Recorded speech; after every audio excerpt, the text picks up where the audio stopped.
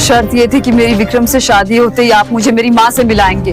वो शर्त थी, लेकिन अब नई शर्त है। अब तू अपनी माँ से तब मिलेगी जब मेरा एक काम पूरा होगा। मेरा एक कॉन्ट्रैक्ट है जिसका मैंने सालों से इंतजार किया था। बस एक बार विक्रम की साइन हो जाए उस पर, उसके बाद तुम अपनी माँ से मिल सकती हो। अब फैसला तुम्हारे हाथ में है, तुम्हें तलाक चाहिए या तुम्हारी माँ। अब अपनी माँ से मिलने के लिए उसके पास उस जानवर की पत्नी बने रहने के अलावा कोई और रास्ता नहीं था। अचानक उसके दिमाग में एक खुराफात सूझी। अगर वो विक्रम को ये बता दे कि आरोही ने उससे शादी सिर्फ अपनी माँ से मिलने के लिए किया है और माँ से मिलते ही वो उसे छोड़ देगी, तो विक्रम उसकी खाल उधेड़ देगा। हालांकि अनन्या ये भी अच्छी तरह जानती ही थी कि उसके माँ बाप का बहुत सा फायदा इस शादी पर टिका हुआ था, लेकिन वो आरोही को बर्बाद करने का ठान चुकी थी। उसे उम्मीद थी कि इस बार जो अपना सामान लेकर अपने ससुराल लौटेगी तो उसे कभी इस घर में वापस नहीं आना पड़ेगा। सामान पैक करते हुए आरोही को ख्याल आया, कितनी अजीब बात है ना। आमतौर पर लड़कियां शादी करने के बाद अपने मायके आने को कितनी उतावली होती हैं, और एक मैं हूँ जिसका अपने ही मायके में दम घुटता है। अगर ससुराल का ये वाहियात रिवाज ना होता और माँ से जुड़ी वो यादें ना होती तो मैं यहाँ कभी नहीं आती।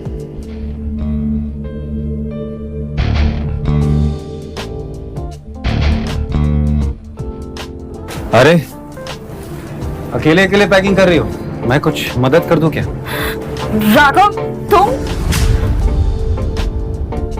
वो राघव को कई सालों से जानती थी। राघव उसके पिता महेश्वर का मुलाजिम था, लेकिन वो आरोही को बिल्कुल पसंद नहीं था।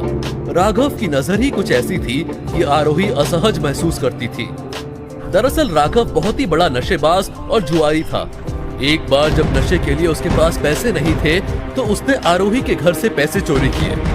हालांकि आरोही ने उसे देख लिया था और महेश्वर को सब कुछ सच सच बता दिया था, जिसके चलते राघव उस दिन अपनी नौकरी खो बैठा था। इसे यहाँ तक आने किसने दिया? आरोही ने मन मन में सोचा और सबसे पहला शक अनन्या पर गया। मुझे पता चला कि तुम्हारी शादी हो गई है तो बधाई देने चला है। वैसे सुना है कि तुम्हारा पति अपाहिज है। बड़े दुख की बात है। वैसे तुम सुहागरात तो नहीं बना पाई होगी तुम, है? मैंने सोचा मैं तुम्हारी कुछ मदद कर दूं। आओ मेरे पास आओ। निकल जाओ यहाँ से, छू मत मुझे। राघव, ये क्या कर रहे हो? मेरे पास आ जाओ। मैं पापा को सब बता दूंगी। मेरे सीने से लग जाओ। छू मत मुझे। मेरे पास आ जाओ। मैंने कहा ना निकल जाओ यहाँ से। पास आ जाओ।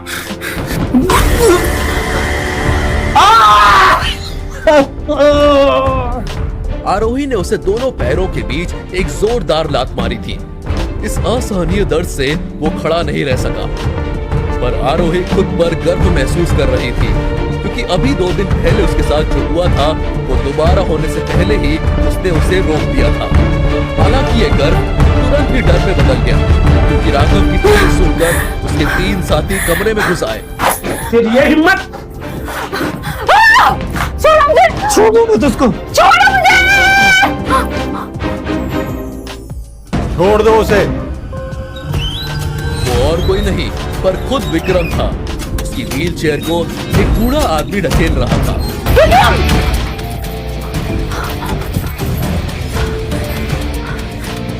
मेरी पत्नी को हाथ लगाने की तुम लोगों की हिम्मत कैसे हुई?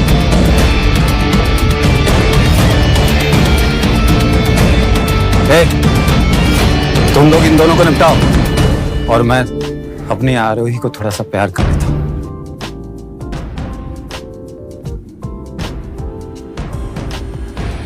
आओ।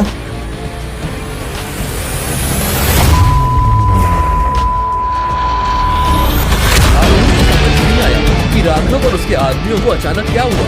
हालांकि उसे इतना तो समझ आ गया था कि ये विक्रम नहीं किया था, लेकिन कैसे किया ये आरोही की समझ से बाहर था। मैंने कहा था ना, हमारे खानदान में बहुत से राज हैं। जितना कम जानोगी उतना बेहतर। शरण, जी सरकार। इन सब के हाथ काट दो और शरीर का वो हिस्सा भी जिससे इनकी गंदी नस्ल आगे बढ़ती है। तुम पहले ही काफी कुछ देख चुकी हो, क्या ये भी देखना चाहती हो? नहीं। तो चलो यहां से।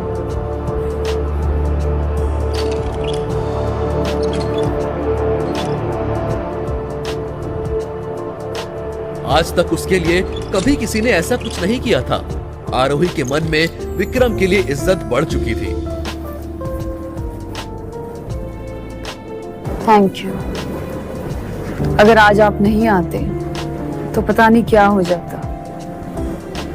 तुम हमारे खानदान की बहू हो। मैंने जो कुछ किया अपने खानदान की इज्जत बचाने के लिए किया है। लेकिन वो ये मानने को तैयार नहीं थी कि विक्रम ने ये जो कुछ किया सिर्फ और सिर्फ खानदान की इज्जत बचाने के लिए किया था। अरे क्या हुआ मेरे बच्ची को? हाँ, मैंने सुना है कि कोई लड़के आए थे तुम्हारे कमरे में और तुमसे जबरदस्ती करने की कोशिश की। भगवान का शुक्र है कि दामाद जी सही वक्त पर आ गए, वरना ये नालायक लड़के ना जाने मेरी बच्ची के साथ आज क्या कर बैठते। आरोही इस नाटक से खूब वाकिफ थी। 14 सालों से उसने ये नाटक रोज इस घर में देखा था। बंद कीजिए नाटक। थक नहीं जाती आप ये नाटक करते करते? तुम्हारी मजाक करने की आदत गई नहीं है बेटा। पता है दामाद जी, आरुषि बचपन से ही ऐसी है। कहने को ये मेरी सौतेली बेटी है, लेकिन मैंने इसमें और अपनी बेटी में कभी कोई भेदभाव नहीं किया।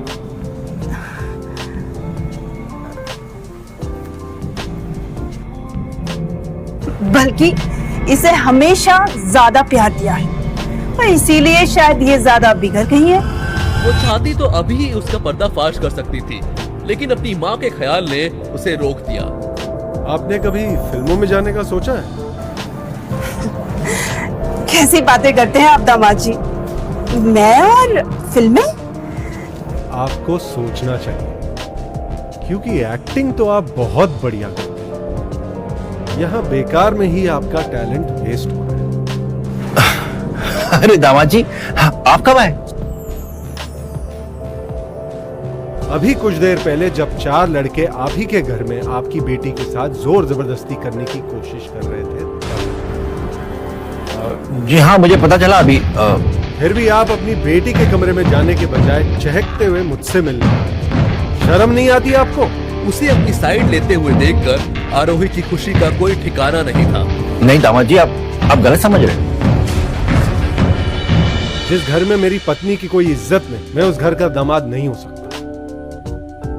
आप ही के घर में आपकी बेटी के साथ कोई ऐसी हरकत करे, यह आपकी नपुंसकता का सबूत है।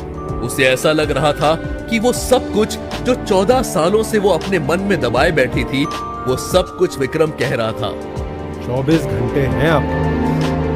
24 घंटे में अगर आप लोगों ने यह पता लगाने की कोशिश नहीं की कि इसके पीछे कौन जिम्मेदार है, तो जो हाल ऊपर कमरे में पड़े आदमियों का किया है, वही हाल आप सबका करूंगा मैं। ये आप क्या कह रहे दामाद जी? प्लीज ये जुल्म हम पे मत कीजिए। ये जुल्म नहीं, इंसाफ है। मेरी पत्नी ये सोचकर खुश थी कि किसी ने उसके लिए आवाज उठाई थी।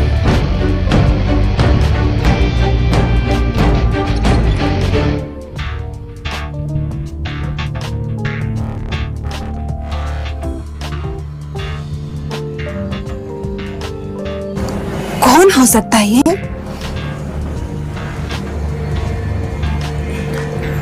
कहीं तुमने तो कुछ? अरे कैसी बातें कर रही हो? मैं जानवर नहीं हूँ। दोनों इस बात से अनजान थे कि बंगले के ऊपर वाली मंजिल से अनन्या ये सब कुछ होते हुए देख रही थी।